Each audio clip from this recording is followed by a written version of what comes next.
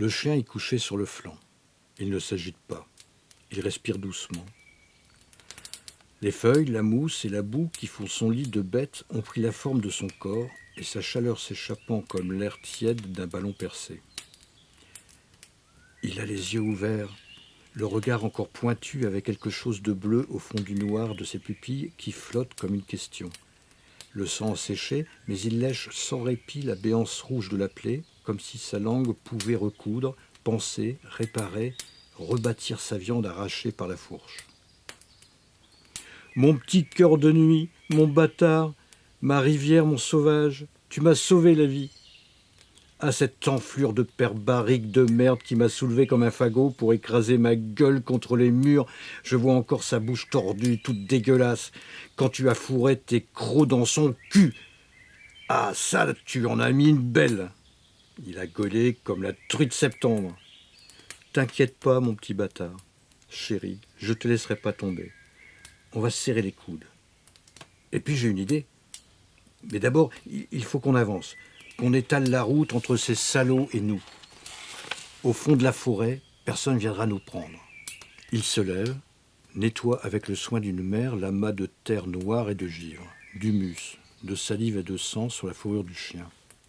Il n'a plus froid, il n'a plus mal, il n'a plus peur.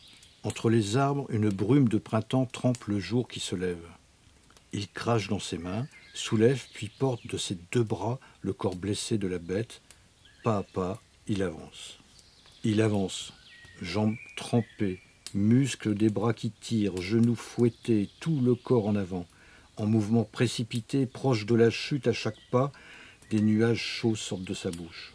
Rien ne va dans cette image incongrue d'un corps sombre, mal formé, d'une chimère à la fois maigre et solide, abîmée, puissante, nue et poilue, puante, gémissante, qui trébuche et continue d'avancer, qui tombe, roule dans les feuilles, couine, arrache sa peau et se relève, recommence et continue d'avancer. Lorsqu'il lève la tête, dos relâché contre le tronc pour reprendre son souffle, les immenses conifères taillent l'azur en pointe d'arbalète noire. Leurs silhouettes solides bien plantées dans le gras blanc du ciel. Tout est géant dans la forêt. Les cris de bêtes, brames de cerfs se déchirent dans le silence humide. À ses pieds, le chien respire. Étendu sur le flanc, gueule ouverte et langue pendante, il a lapé de ses dernières forces l'eau que l'enfant, les mains en coupe, a recueillie dans le trou boueux d'un cyprès déraciné. Je sais pas comment, mais on va se débrouiller, mon bâtard. Fais confiance à Gaspard. Ce coup-ci, c'est bon, on va manger du pays. Imagine comme on sera bien tous les deux sur les petits chemins du printemps. Fini la trime, puis les corvées et les coups de crosse pour être un bon crève-la-faim. J'ai idée d'aller voir la mer. Qu'est-ce que t'en penses, malin? Que ça serait bien. Mais d'abord, accroche-toi, mon petit fauve, reprends des forces, puis t'inquiète pas. Je suis là, moi, je te laisserai pas. On va trouver un bon coin. Le chien est lourd.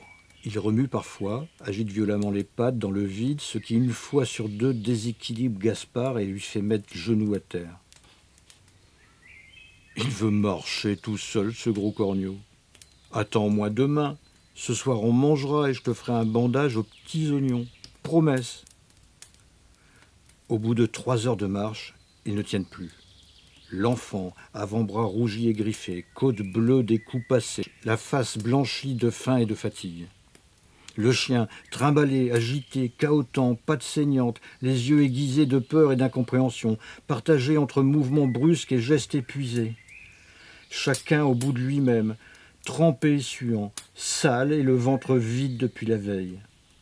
À force de pas, de plus en plus traînants, de culbutes et de chutes dans les taillis de plus en plus épais, il trouve finalement, entre une roche grise qui sort de terre, comme la pointe d'un dracard et un orme écroulé recouvert de houx, un refuge possible, pas loin de la berge, au bord de la vieille forêt. Ils ont là une place pour deux, dos contre la falaise, sol à peu près sec et pas trop glacé. Il installe le chien sur la couche après l'avoir porté jusqu'à la rivière pour y laper encore un peu d'eau fraîche. Explore ensuite les berges gluantes, verts céladons et vaseuses. Il trouve quelques jeunes pousses de cresson et un trou d'eau à l'écart du courant rempli de virgules noires qui s'agitent à la surface. Tétard et punaise d'eau. Un peu plus loin, des baies encore trop vertes qui lui brûleraient le ventre, une tête de poisson arrachée, reste de repas d'un blaireau et 2 petites girolles. Il pense d'abord à pêcher des écrevisses avec la charogne de poisson, mais revient 1 heure plus tard, sans succès, s'asseoir à côté du chien. Dans sa poche, la précieuse bourse de cuir tient chaud à ses espoirs. Il déplie la boule de peau. À l'intérieur, les trésors de son père arrachés avant de s'enfuir. Un briquet à étoupe, une boule de saindoux, une blague à tabac, un poisson de maréchal Ferrand. Il observe chaque objet avec désir et admiration. Le poisson en particulier, très beau. Il n'avait jamais pu le toucher avant. Au sommet du manche, là, ou entre la lame, on voit encore les points de croix bistres et rouilles du sang qui a séché. Après une vie à curer les sabots et percer le cuir d'aisselle, le poisson est entré et rentrait comme dans du beurre dans la méchanceté de son paternel. Ensuite, il a pris la bourse, cachée depuis toujours sous la pierre de l'âtre, sans même savoir ce qu'il y avait dedans, mais pas le temps de prendre autre chose. Il y avait le chien. Et dans son dos, les flammes commençaient à monter. Un frisson dans l'échine. Il se met alors tout doucement à fredonner la comptine des tourterelles à la bête couchée. Sa grand-mère chantait ça en allumant le feu. Ses gestes sont précis.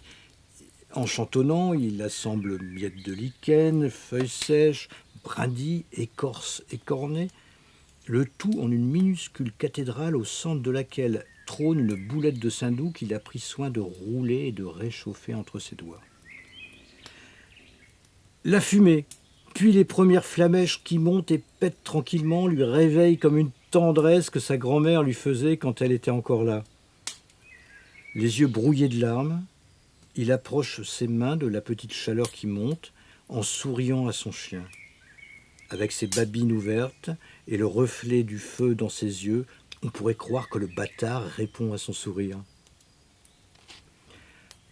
Un feu, c'est comme une famille. Ça te brûle la peau et te chauffe l'échine. La lumière toute parsemée d'obscurité s'écroule en pluie grise. La nuit arrive comme de la neige sur un pré.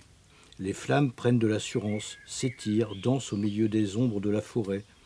La fourrure moirée du chien prend des reflets de bronze, d'or et de sang séché. Sa poitrine se gonfle et se dégonfle calmement. De temps en temps, un mouvement plus brusque lui rappelle sa douleur lorsqu'il tente de se tourner ou de se relever pour suivre Gaspard qui retourne vers le ruisselet. Le chien dresse une oreille, puis se tourne lorsque Gaspard surgit du gros bloc de charbon qu'est devenu l'espace. Il tient un pan de sa chemise relevé en guise de sac et dépose sous la gueule du chien une poignée gluante et grouillante de bestioles qui s'argentent dans les reflets des flammes. « Ce soir, mon corneau, c'est soupe de tétard !» Il rigole, feu en miroir dans son regard. Et c'est fini.